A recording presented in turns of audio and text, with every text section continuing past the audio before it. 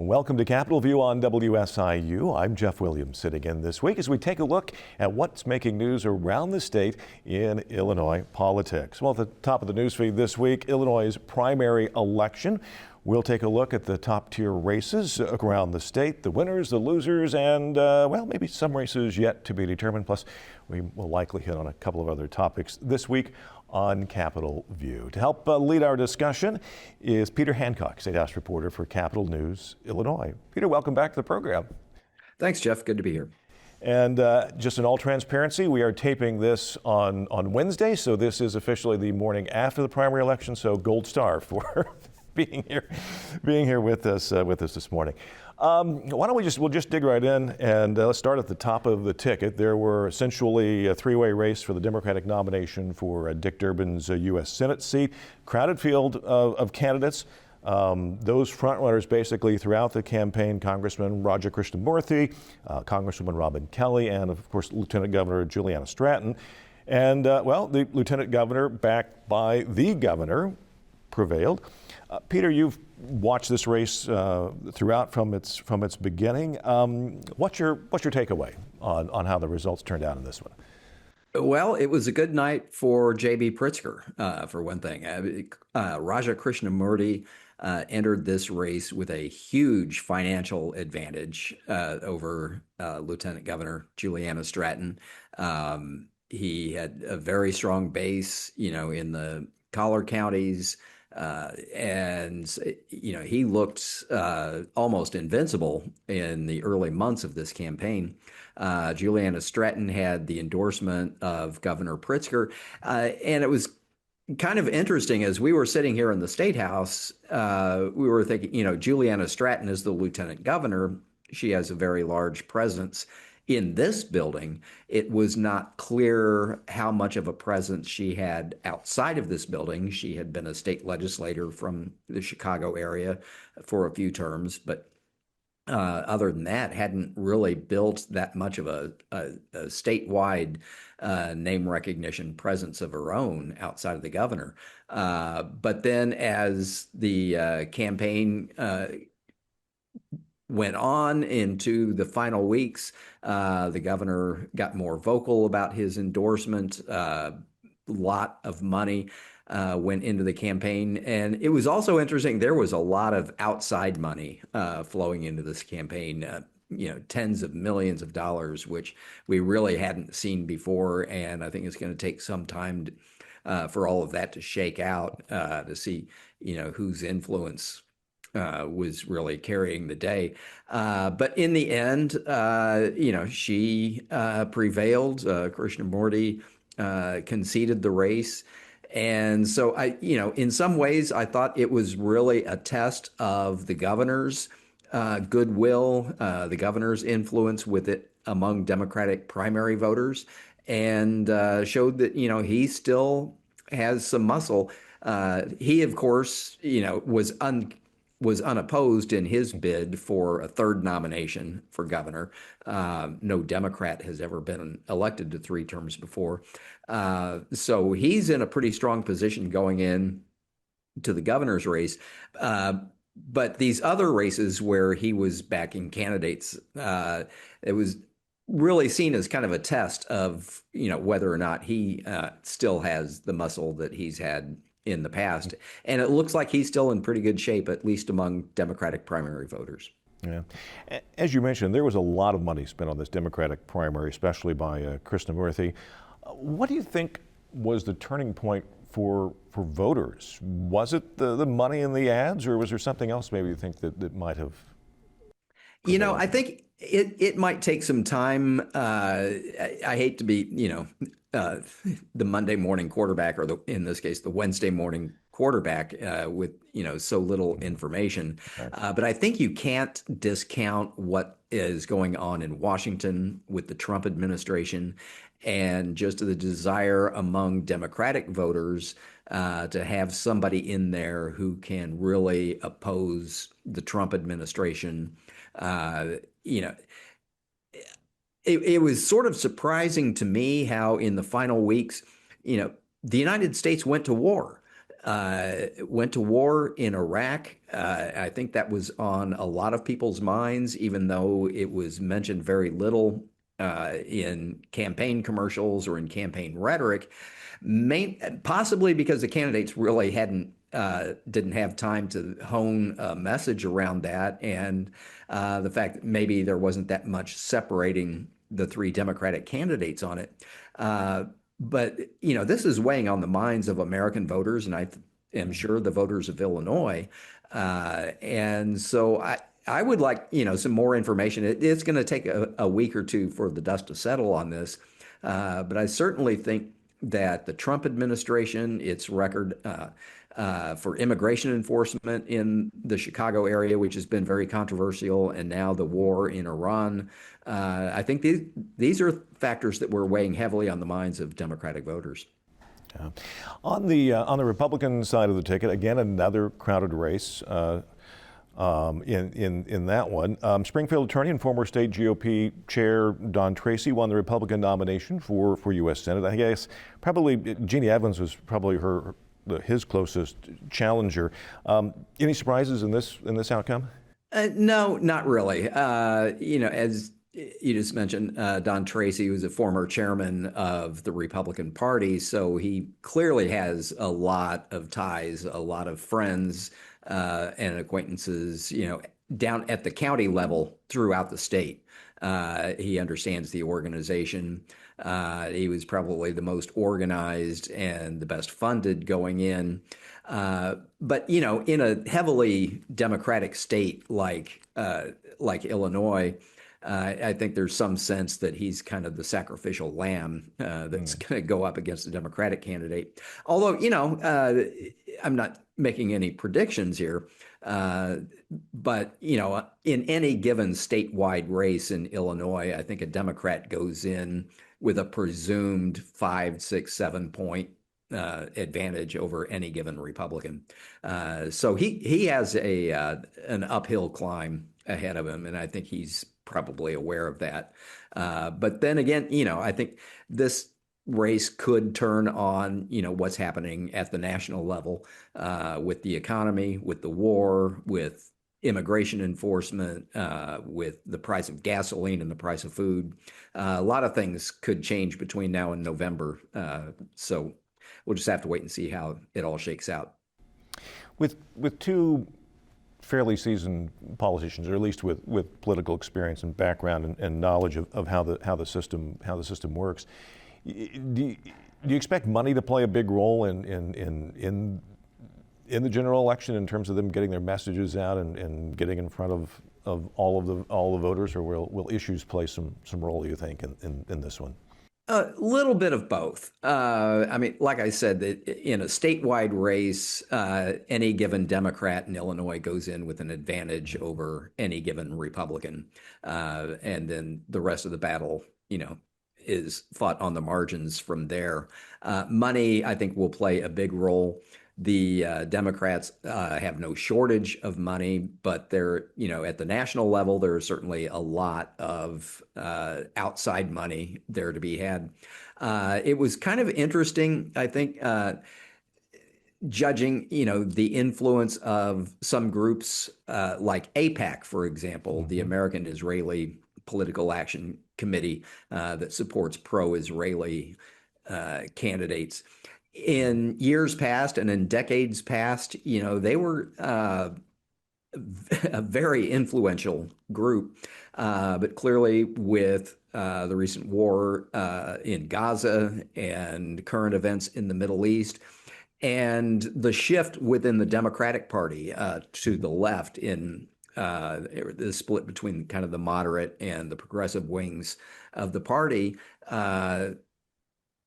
support for Israel is kind of a contentious issue among Democrats. So it was kind of interesting to see they didn't have sort of the universal approval rating and the universal influence that they have had in years past. We also saw, the influx of money from the cryptocurrency industry, which, didn't exist in a lot of years past. So it'll be interesting to see, how that influences the rest of the election. The sports gaming industry put a lot of money into races. So it's not just the amount of money that was going in, but at least, to me, as someone who's maybe seen a few too many election campaigns over the years, it was money from groups that you didn't used to see before. And also some groups that have been very influential in the past that are maybe not as influential as they used to be. Yeah. Yeah. Well, as Yogi Berra might say, it's deja vu all over again in the governor's race. Darren Bailey won the Republican nomination for governor again and will face, obviously, Democrat J.B. Pritzker again in November. Bailey outdistanced businessman Ted Dabrowski. I guess this one really wasn't all that close. It was called fairly early. Was this kind of the anticipated outcome between these? And there were two other candidates in the race also that finished a distant third and fourth. So. I think overall it was sort of expected, which was sort of surprising to me because Darren Bailey, as you mentioned, was the nominee in 2022 and lost by like 12, 13 percentage points. And so when he got into the race this year, my first thought was, who wants to back a horse that has that kind of a track record? If your goal is to win the governor's office, this person, clearly he didn't even come close the last time around. And in fact, in 2022, Darren Bailey was the candidate that J.B. Pritzker wanted to face. Mm-hmm. And he went through some effort to make sure that, to help Bailey get the nomination over what then seemed like maybe a more formidable candidate, Richard Irvin, the mayor of Aurora.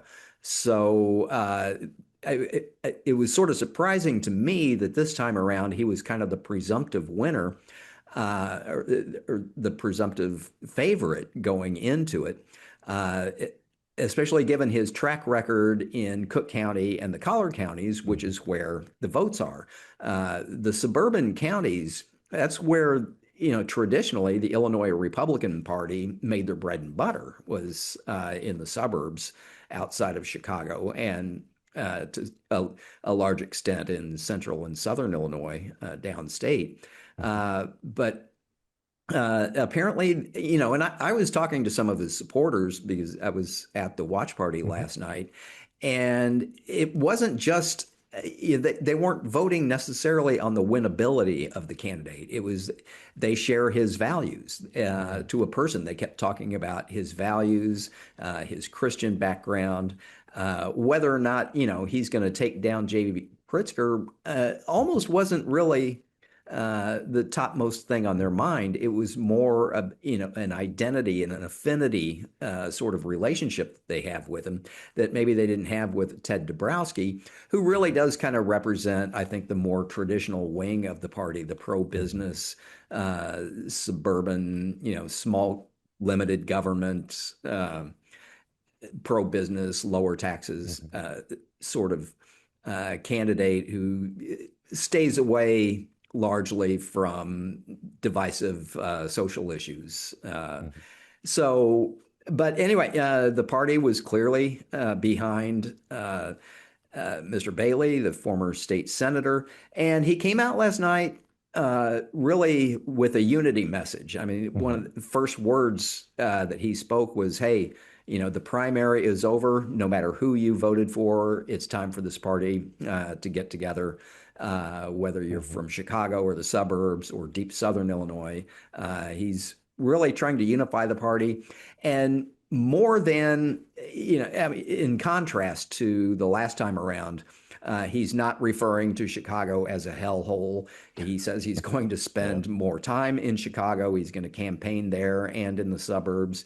And he has a different running mate, Aaron Del Marh, the chairman of the Cook County Republican Party, who's got a little more street cred with Republican voters in that part of the state. So it was kind of interesting last night here in Springfield. Del Marh came out wearing boots and Darren Bailey came out wearing, business suit and loafers. Uh, and they had some fun with that. But I think you're going to see a different campaign from the Republicans this time around. And Bailey was also sort of distancing himself a little bit from Donald Trump. I was going to ask you about that. Yeah. He had the endorsement of Donald Trump 4 years ago. Trump didn't really get that involved in the race this time around. But he came out and in his acceptance speech said, I agree with Donald Trump on some things. I disagree with him on some things. When he's right on an issue, we'll be right there with him. But he says, I'm my own man. And he's trying to establish a little bit of distance between himself and the White House, which is probably a smart thing in a blue state like Illinois, where Donald Trump is unpopular, to say the least. Mm-hmm. Yeah. Well, we have another top ticket race. As we record this program, the race for the Democratic nomination for state controller seems to maybe not be decided. State Representative Margaret Croak has declared herself the winner. About 2 percentage points or so, at least as of last night, separated her from State Senator Karina Villa, while Lake County Treasurer Holly Kim and State Representative Stephanie Kifowitz finished a distant third and fourth. Peter, as of we're talking here today, is this one still kind of up in the air? Or do you think it's kind of settled? Well, it seems to be going in Margaret Croak's direction. I just checked the numbers. I think she's up by about 25,000 votes, or about 2.3 percentage points, with votes still coming in from Chicago and the surrounding suburbs, which is kind of her area.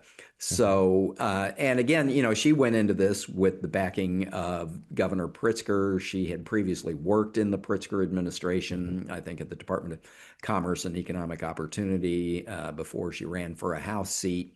This was really a contest between two people who have fairly large presence here in the State House, not a Speaker of the House or a President of the Senate, but certainly within the House, Margaret Croak has been a very strong voice, especially on issues like reproductive rights.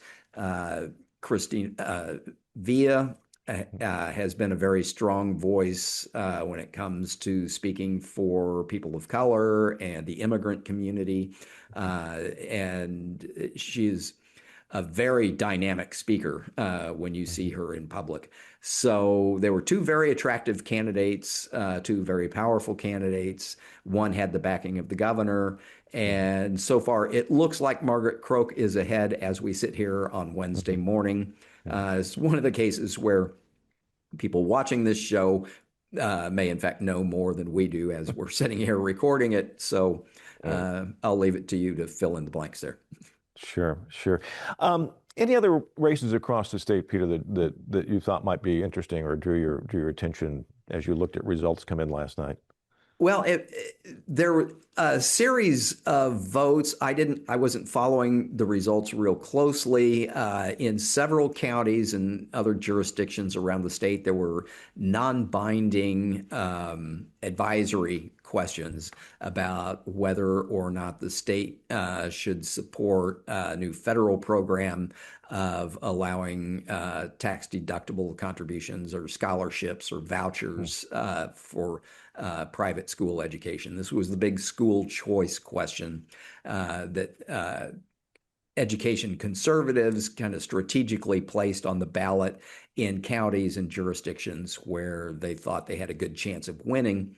Illinois, up until very recently, had a scholarship program similar to that. You got a tax deduction or a tax credit for contributions to scholarship funds, so that ostensibly so that people, kids from lower income backgrounds could afford to go to more expensive private schools, the school choice thing. The Democrats in the General Assembly and Governor Pritzker allowed that to expire. There was a sunset on it, really infuriated the private school interest groups and the school choice people who tend to not be Democrats to begin with. So it will be interesting to see how those advisory opinions came out across the state and whether or not there really was any sort of combined message or aggregated message from those votes. Sure. And I want to take a minute to mention some of our races here in the far southern part of the state. In the 59th state Senate race, a Republican Dale Fowler's open seat. Republican State Representative Paul Jacobs defeated Franklin County Treasurer Stephen Rossellino for the Republican nomination. Jacobs will face Democrat Tamiko Mueller and Independent John McCarty in November. And then also in the 118th State House Republican primary, that is for Paul Jacobs' open seat, local radio personality Scott Duty defeated challengers Harold Visser and Dayton Lloyd. Duty will face Democrat Chip Markle, who was unopposed in the primary. And then also in the 116th State House race, here incumbent Republican Dave Severin won nomination handily over his challenger Angela Evans. And as of, at least right now, Severin will be unchallenged in the November election. So, Peter, with the 4.5 minutes or so that we have left, this thing known as the spring legislative session kind of is been going on. It kicks back up now. The primary is off. The House is in this week. Obviously, probably the budget and the budget-related bills, all top-tier things going through. What else are you looking at, and are you expecting to see get some action during this session? Well, the budget is the main thing that's going on. This is kind of a lean year for the state of Illinois. Revenues are not growing. We're not necessarily in a financial crisis at this point. But with revenues flat and with federal revenue sources being very much up in the air because you never quite know from one day to the next what the Trump administration is going to do or try to do by cutting funding or just canceling previously appropriated money. There's a big question mark hanging over the whole session about what the budget is going to look like and what the state can rely on from the federal government. All that aside, there are not a whole lot of other, big policy issues like there were in Pritzker's first term. It's more of just kind of trying to keep things together. Democrats are pushing a few items that fall under the category of their affordability agenda, which is going to help them in the midterms as they try to contrast themselves with Republicans and the Trump administration. One of those has to do with prescription drugs. There is a program out there. It's most people have probably never heard of it, called the 340B program. This is where drug manufacturers who supply medications for Medicaid programs, they agree to provide huge discounts in supplying these drugs, basically maintenance drugs, blood pressure medication, cholesterol medication, insulin, diabetes medications, provide them at huge discounts for safety net clinics, safety net hospitals, federally qualified health clinics, those sorts of things. There is a big controversy going on right now over whether or not the recipients of those things should be allowed to mark the prices back up. It's going to be, it's kind of a competition between the healthcare providers and the pharmaceutical drug industry. That's always kind of interesting to watch it play out. But other than that, I think, there aren't a whole lot of really ambitious policy issues out there, except, there could be some surprise legislation to help keep the Chicago Bears in Illinois. Yeah, I was going to ask about that. Isn't that part of a larger budget bill that's drawn a little bit of controversy? Yeah, there is legislation out there dealing. They don't talk about the Chicago Bears. They talk about mega projects, big construction projects. They're going to be, billions of dollars in new investment, and how they could basically negotiate the property taxes that they would pay, or what are called the payment in lieu of taxes, or pilot programs. But that would, in effect, it would help the Chicago Bears with their property in Arlington Park, and to help keep them in Illinois. And it's kind of Illinois' counter proposal to taxpayer-funded stadium across the border in Indiana, which a lot of people think, would be a very embarrassing move, especially for Bears fans. It would be kind of disheartening to see them, move across the state line. All right. Peter, we're out of time. Thank you so much for joining us this week. Thank you. It's good to be here. All right. Peter Hancock, State House reporter for Capitol News, Illinois. And I'm Jeff Williams. Thank you for tuning in this week for Capitol View. Have a good week.